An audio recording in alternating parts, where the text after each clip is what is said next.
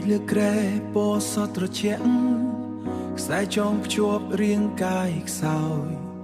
ឬសូម៉ាស៊ីនដកដង្ហើមជំនួសនឹកដល់ទៅស្រាដែលធ្លាប់សប្បាយពន្លឺភ្លើងចាំងភ្នែកកាលនោះឥឡូវប្រែជាភាពងងឹតស្លុតរាល់ពេលដែលខ្ញុំលើកកែវអាប់អរដោយដំតែងគោចូលក្នុងសាច់ចាក់ទម្លូថ្លាបងអត់នឹងខ្យល់ដង្ហើម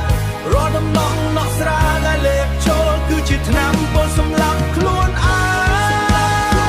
ងអត់កែវស្រាតែបែបបោះបង់ជីវិតក្រពះឆេះខ្លោចដោយកំហឹងទឹកបដូរសរសៃប្រសាទរលាយបាត់បង់ខ្ញុំធ្លាប់ស្មានថាខ្លួនឯងខ្លាំងតែឥឡូវស្មានថាខ្លួនឯងខ្លាំងតែឥឡូវសំបីកំរើកំរៀមដៃក៏មិនបានសើចសប្បាយលើកំណត់ទុកអ្នកផ្ទះដែលកំពុងអង្គុយយំក្បែរជើងគ្រែរាល់ពេលដែលខ្ញុំលើកកែវអាប់អរដោយដំតែងគោចូលក្នុងសាច់ចាក់ទម្លូថ្លាបងអត់នឹងខ្យល់ដង្ហើមរាល់ដំណងណក់ស្រាដែលលេបចូលគឺជាថ្នាំពណ៌សម្លាប់ខ្លួនឯងអត់កែវស្រាតែបែបបោះបង់ជីវិត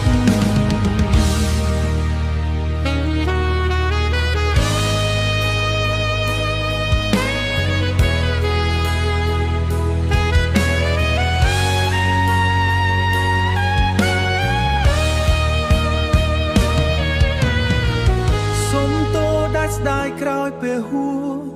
ឃើញទឹកភ្នែកម៉ែហូរស្រក់លើដៃចង់ក្រោកទៅជូតឲ្យគាត់ណាស់តែប្រលឹងខ្ញុំកំពុងរសាត់ឆ្ងាយទេជីវិតមានតម្លៃតែខ្ញុំបែរជាដូរយកកែវស្រារាល់ពេលដែលខ្ញុំលើកកែវអាប់អរដោយដំតែងគោចូលក្នុងសាច់ចាក់ទម្លូថ្លាមកអត់នឹងខ្យល់ដង្ហើមគឺជាថ្នាំពណ៌សម្លាប់ខ្លួនឯងសម្លាប់ខ្លួនឯងអបកែវស្រាតែបែបបោះបង់ជីវិតកែវចុងក្រោយគឺទឹកភ្នែក